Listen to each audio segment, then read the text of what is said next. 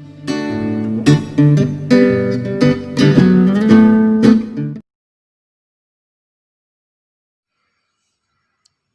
morning, everyone.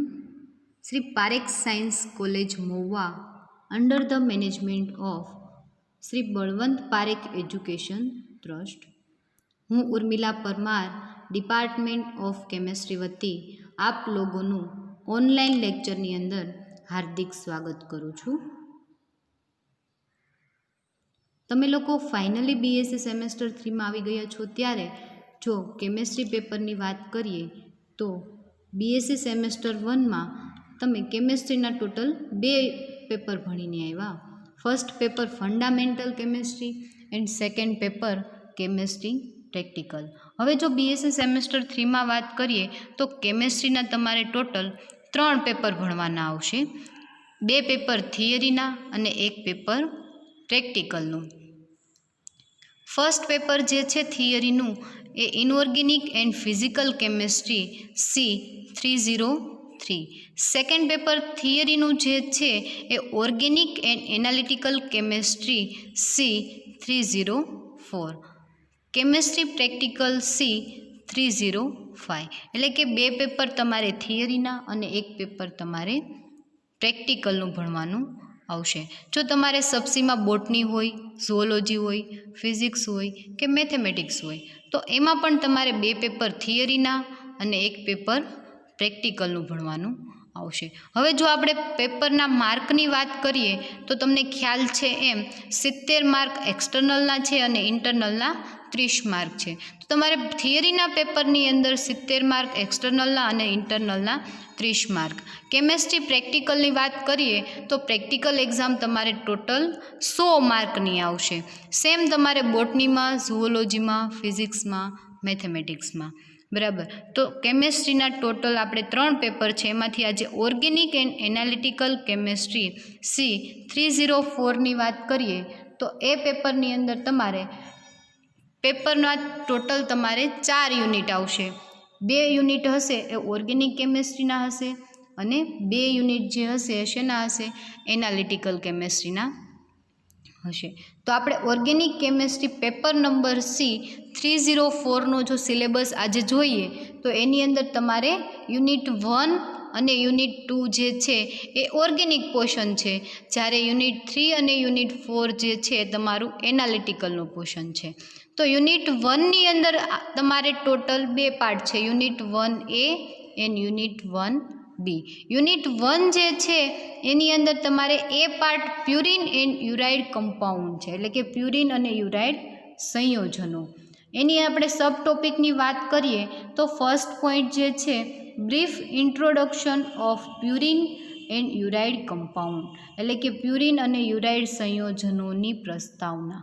Second point જે છે determination of constitution of uric acid and synthesis of uric acid, એટલે કે uric એસિડનું બંધારણ સાબિત કરી અને એનું સંશ્લેષણ આપવું.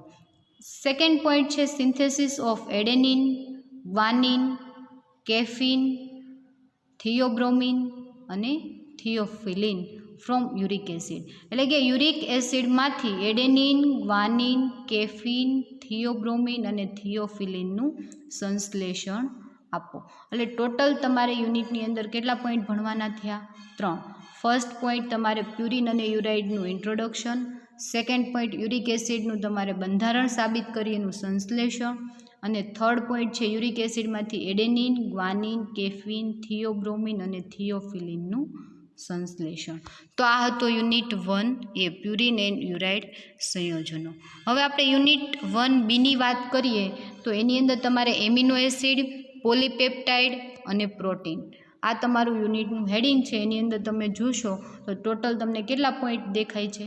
3. એમિનો એસિડ, પોલીપેપ્ટાઇડ અને પ્રોટીન. તો આ યુનિટની અંદર તમારે આ ત્રણેયની વાત કરવાની થશે. તો આપણે ફર્સ્ટ પોઈન્ટ જોઈએ તો brief introduction of amino acid, એટલે કે એમિનો એસિડની પ્રસ્તાવના.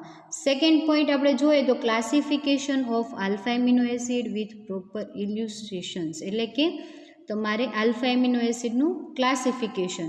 તો આલ્ફા એમિનો એસિડનું ક્લાસિફિકેશન ટોટલ 3 ટાઈપમાં થાય. ફર્સ્ટ છે એસિડિક, સેકન્ડ બેઝિક અને થર્ડ ન્યુટ્રલ એમિનો એસિડ. તો તમને ખ્યાલ છે એના રાસાયણિક સ્વભાવના આધારે વર્ગીકરણ છે, પરંતુ alpha amino acid, beta amino acid અને ગામા એમિનો એસિડ આપણે ભણીશું. પ્રોપર્ટીઝ ઓફ એમિનો એસિડ એટલે કે એમિનો એસિડના ગુણધર્મ.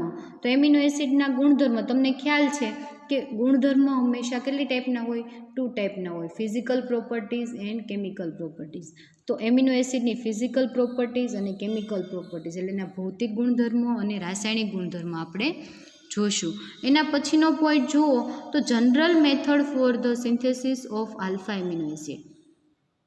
એટલે શું કહે છે કે આલ્ફા એમિનો એસિડની બનાવટ માટેની સામાન્ય રીત.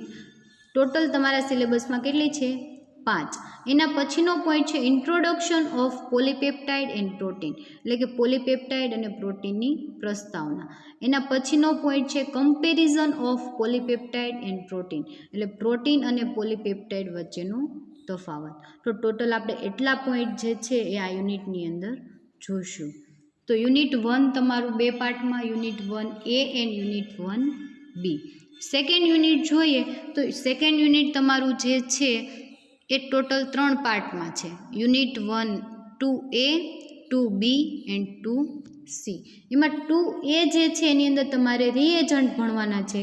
રિએજન્ટ એટલે કે પ્રક્રિયક. પ્રક્રિયક જે છે એનું તમારે preparation and application for following reagent in organic synthesis એટલે કે કાર્બનિક પ્રક્રિયાની અંદર ઓર્ગેનિક પ્રક્રિયક જે છે એનું તમારે શું જોવાનું છે તો કે એની બનાવટ અને એના ઉપયોગો. ટોટલ કેટલા રિએજન્ટ છે તમારે? 5. Diazomethane, lead tetra acetate, lithium aluminium hydrate, Raney nickel અને સોડામાઇડ. ટોટલ 5 રિએજન્ટ છે એનું તમારે શું જોવાનું છે તો કે ઓર્ગેનિક પ્રક્રિયાની અંદર એની બનાવટ અને એના ઉપયોગો. બરાબર, તો આપણે એ જોશું. સેકન્ડ પાર્ટ જે છે problem base on organic reaction એટલે કે કાર્બનિક પ્રક્રિયાના પ્રોબ્લેમ્સ તમારે જોવાના છે. તો કઈ કઈ કાર્બનિક પ્રક્રિયા છે? Alkylation, nitration, halogenation, sulphonation, acylation, amination, hydroxylation, reduction, oxidation, hydration, dehydration, hydrolysis, decarboxylation અને એસ્ટ્રિફિકેશન. ટોટલ એટલી રિએક્શન છે એના તમારે શું જોવાના છે? પ્રોબ્લેમ્સ જોવાના છે. ટોટલ તમારે કેટલા પ્રોબ્લેમ્સ છે? 15 પ્રોબ્લેમ્સ છે એ આપણે જોશું. યુનિટ 2C જે છે role of organic reagent in qualitative analysis એટલે કે ક્વોલિટેટિવ એનાલિસિસની અંદર ઓર્ગેનિક પ્રક્રિયક શું ભાગ ભજવે છે એ આપણે ભણવાનું છે. ટોટલ તમારે કેટલા રિએજન્ટ છે? 7. એમાં ફર્સ્ટ છે ડાયમિથાઇલ ગ્લાયોક્સાઇમ, સેકન્ડ છે ઇથાઇલ ડાયએમાઇન ટેટ્રા એસિટેટ એટલે કે EDTA, થર્ડ છે 8 હાઇડ્રોક્સી ક્વિનોલિન, ફોર્થ છે આલ્ફા નાઇટ્રોસો બીટાનેફ્થોલ, ફિફ્થ છે કફફેરોન, સિક્સ છે ડાયફિનાઇલ થાયકાર્બેઝોન અને 7 છે ડાયઇથાઇલ ડાયથાયકાર્બોમેટ. ટોટલ 7 જે રિએજન્ટ તમારે છે એની અંદર જોવાના છે, જેનું તમારે શું જોવાનું છે? ક્વોલિટેટિવ એનાલિસિસની અંદર ઓર્ગેનિક પ્રક્રિયક શું ભાગ ભજવે છે એ જોવાનું છે. તો યુનિટ 1 તમારું 2 પાર્ટમાં એન્ડ યુનિટ 2 છે ટોટલ 3 પાર્ટમાં. યુનિટ 1 તમારું 17 માર્કનું છે અને યુનિટ 2 જે છે ટોટલ કેટલા? 18 માર્કનું છે. તો ઓર્ગેનિક કેમેસ્ટ્રીના પોર્શનમાં આપણે જોઈએ તો તમારે યુનિટ 1 અને યુનિટ 2. હવે યુનિટ 3 અને યુનિટ 4 જે છે તમારું એનાલિટિકલ કેમેસ્ટ્રીનું છે. જે તમે એનાલિટિકલ કેમેસ્ટ્રીનું પેપર ભણશો એની અંદર તમે સિલેબસ જોઈ લેશો. તો આજે આપણે થોડું એમિનો એસિડ, પોલીપેપ્ટાઇડ અને પ્રોટીન વિશે સમજીએ. ઓર્ગેનિક કેમેસ્ટ્રી યુનિટ 1 તમારું 2 પાર્ટમાં છે. Unit 1A and unit 1B. Unit 1A purine and ureide સંયોજનો, unit 1B amino acid, protein and polypeptides. એટલે કે તમારું યુનિટ 2 પાર્ટમાં છે, unit 1A and unit 1B. Unit 1B તમારું કયું છે? એમિનો એસિડ, પોલીપેપ્ટાઇડ અને પ્રોટીન. તો આજે આપણે unit 1B amino acid, polypeptide અને પ્રોટીન વિશે સમજીએ. એના સબ ટોપિકની અંદર શું છે તો એમિનો એસિડની પ્રસ્તાવના, આલ્ફા એમિનો એસિડનું વર્ગીકરણ, એમિનો એસિડના સામાન્ય ગુણધર્મ, આલ્ફા એમિનો એસિડ બનાવવાની સામાન્ય રીત, પોલીપેપ્ટાઇડ અને પ્રોટીનની પ્રસ્તાવના, પ્રોટીન અને પોલીપેપ્ટાઇડ વચ્ચેનો તફાવત. ટોટલ એટલા પોઈન્ટ તમારે આ યુનિટની અંદર ભણવાના છે. તો આપણે ફર્સ્ટ પોઈન્ટ જોઈએ તો ઇન્ટ્રોડક્શન ઓફ એમિનો એસિડ, એટલે કે એમિનો એસિડનું ઇન્ટ્રોડક્શન, પ્રસ્તાવના. પ્રોટીનના જળ વિભાજનથી આલ્ફા એમિનો એસિડ મળે છે. હવે આ એક સેન્ટેન્સ આપણે સમજવું હોય તો એનું સાદું ઉદાહરણ આપણે લઈએ તો બાયોલોજીમાં આપણે ભણ્યા કે ઘણા બધા કોષો ભેગા થઈ અને પેશીની રચના કરે છે. તો જેવા કોષ અને પેશી વચ્ચેના રિલેશન છે એવા જ રિલેશન પ્રોટીન અને આલ્ફા એમિનો એસિડ વચ્ચે છે. તો આલ્ફા એમિનો એસિડ ઘણા બધા ભેગા થઈ અને શેની રચના કરે છે? પ્રોટીનની રચના કરે છે. તો પ્રોટીનના જળ વિભાજનથી શું મળે છે? આલ્ફા એમિનો એસિડ મળે છે. પ્રોટીનમાં લગભગ 26 પ્રકારના એમિનો એસિડ મળી આવ્યા છે. એટલે કે જુદા જુદા 26 પ્રકારના એમિનો એસિડ જે છે એ પ્રોટીનના જળ વિભાજનમાંથી મળે છે. આમ એમિનો એસિડની ઉણપથી શરીરનો વિકાસ રૂંધાય છે. એમિનો એસિડમાં COOH અને NH2 સમૂહ આવેલા હોય છે. તમે આ પોઈન્ટ સમજો તો એમિનો એસિડની ઉણપથી શરીરનો વિકાસ રૂંધાય છે. એટલે શું કહે છે તો કે શરીરના વિકાસ માટે શેની જરૂર પડે છે? પ્રોટીનની જરૂર પડે છે. જો શરીરને પ્રોટીન નહીં મળી રહે તો શરીરનો વિકાસ બરાબર થશે નહીં. એટલે એમિનો એસિડની જો ઉણપ હશે શરીરમાં તો શરીરનો વિકાસ કેવો થશે? વૃંધાય છે. એમિનો એસિડમાં COOH ગ્રુપ અને NH2 સમૂહ આવેલો હોય છે. મેઇન તમારો એમિનો એસિડનો પોઈન્ટ છે કે એની અંદર બે ફંક્શનલ ગ્રુપ આવેલા છે, એક COOH ગ્રુપ અને બીજું NH2 ગ્રુપ. એટલે કે જ્યારે એમિનો એસિડમાં COOH અને NH2 ગ્રુપ આવેલા હોય તો તેવા એસિડને એમિનો એસિડ કહે છે. બરાબર. આપણે એક સિમ્પલ ઉદાહરણ લઈએ કે કાર્બનની કેટલી સંયોજકતા છે? 4 સંયોજકતા છે. તો કાર્બનની ચારેય સંયોજકતામાં એક સંયોજકતામાં NH2 ગ્રુપ, એક સંયોજકતામાં COOH, આલ્કાઇલ ગ્રુપ અને હાઇડ્રોજન પરમાણુ આવેલા હોય તો શેની રચના થશે? એમિનો એસિડની રચના થશે. હવે આપણે એમિનો એસિડની વ્યાખ્યા જોઈએ. એમિનો એસિડની વ્યાખ્યા જોઈએ તો ફેટી એસિડ અથવા તો એને ચરબી એસિડ કહી શકીએ આપણે. ફેટી એસિડ કે ચરબી એસિડમાં રહેલી આલ્કલાઇન શૃંખલામાંના કોઈપણ કાર્બન પરથી હાઇડ્રોજન પરમાણુ દૂર કરી NH3 સમૂહ દાખલ થાય તો તેવા ફેટી એસિડને એમિનો એસિડ કહે છે. હવે તો આપણે પહેલાં ડેફિનેશન સમજવી હોય તો આપણને ફેટી એસિડ શું છે અને ચરબી એસિડ શું છે એ સમજવું પડે. બરાબર. તો ફેટી એસિડ શું છે તો તમને ઉદાહરણ આપું તો acetic acid, propanoic acid, butanoic acid, pentanoic acid, આ બધા જ એસિડ કેવા એસિડ થશે? ફેટી એસિડ થશે. તો આપણે એસિટિક એસિડ લઈ લઈએ. એસિટિક એસિડ એટલે CH3COOH, CH3COOH. બરાબર. એટલે એસિટિક એસિડ.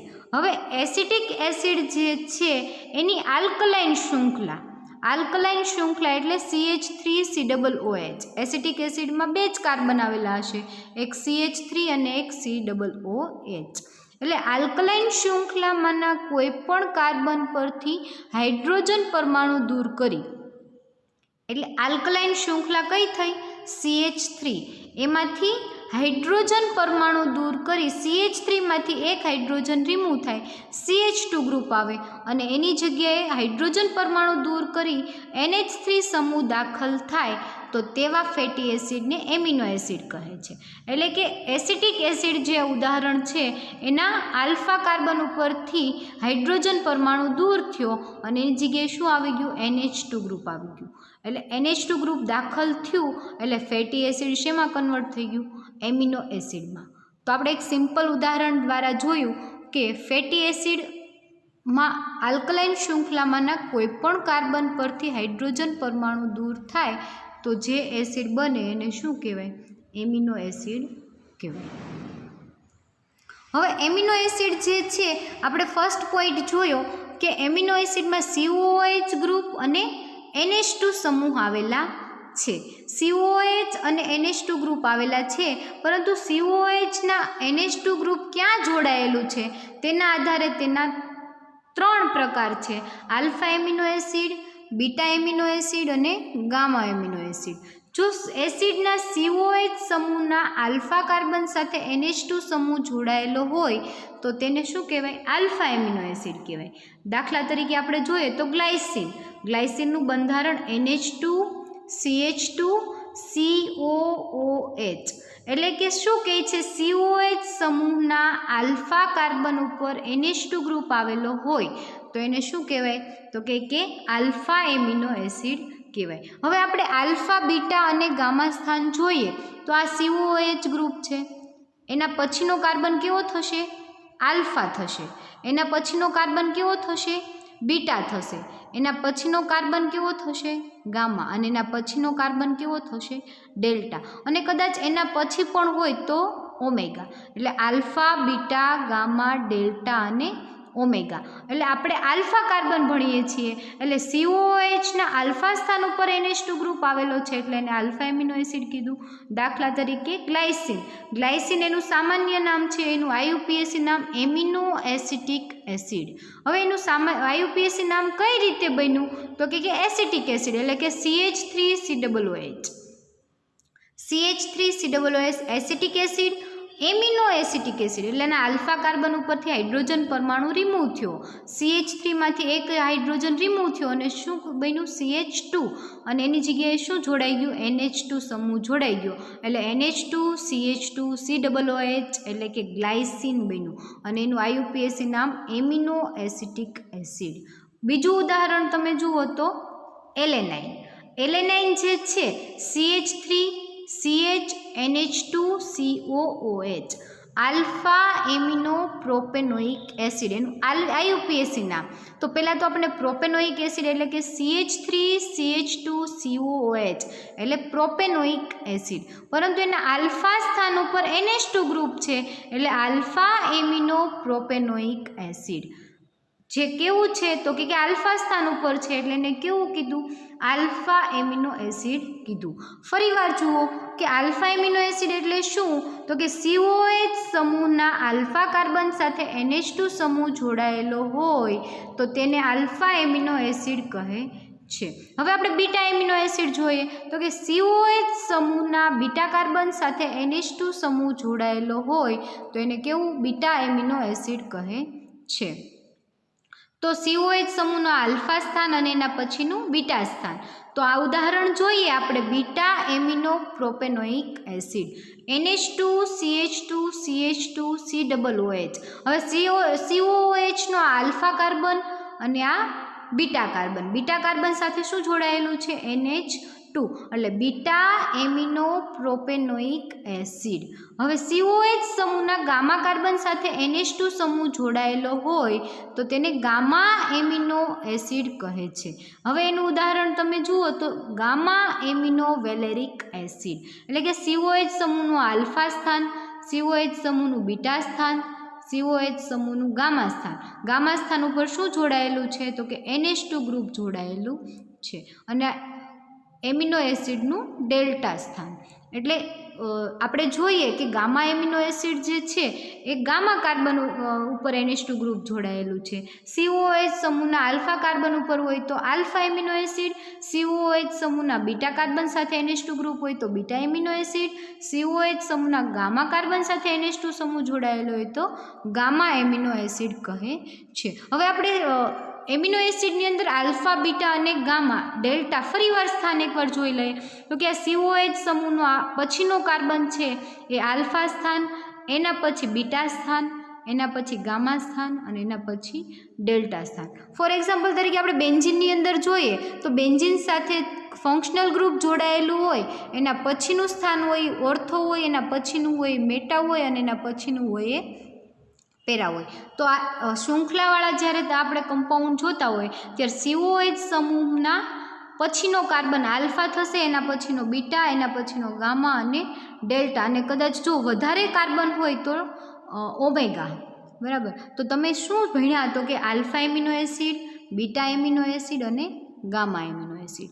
હવે આપણે એના પછી જોઈએ તો આલ્ફા એમિનો એસિડનું વર્ગીકરણ એટલે કે ક્લાસિફિકેશન ઓફ એમિનો એસિડ.